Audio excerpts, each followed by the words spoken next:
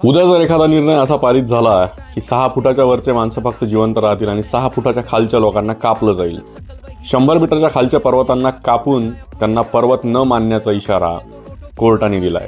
हा video political नाहीये, हा पोस्टमार्टम रिपोर्ट आहे जिवंत देशाचा। अरावली पर्वतरांग ही हिमालय बनण्याच्या आधीपासूनची आहे। ही जवळपास 1.5 ते 2 अब्ज वर्षापूर्वीपासून उभी आहे।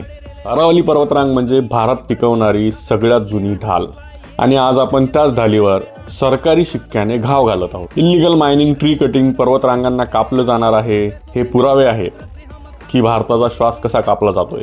अरावलीतली झाडं आणि डोंगर कापणं म्हणजे सरळ सरळ भविष्य काळाचा गळा कापणे होय। एकदा जर डोंगर रांग कापली तर ती ऑटोमॅटिकली परत वाढणार आहे का तुम्हाला राजस्थान सारखं वाळवंट दिल्ली आणि NCR पर्यंत जाऊ द्यायचंय?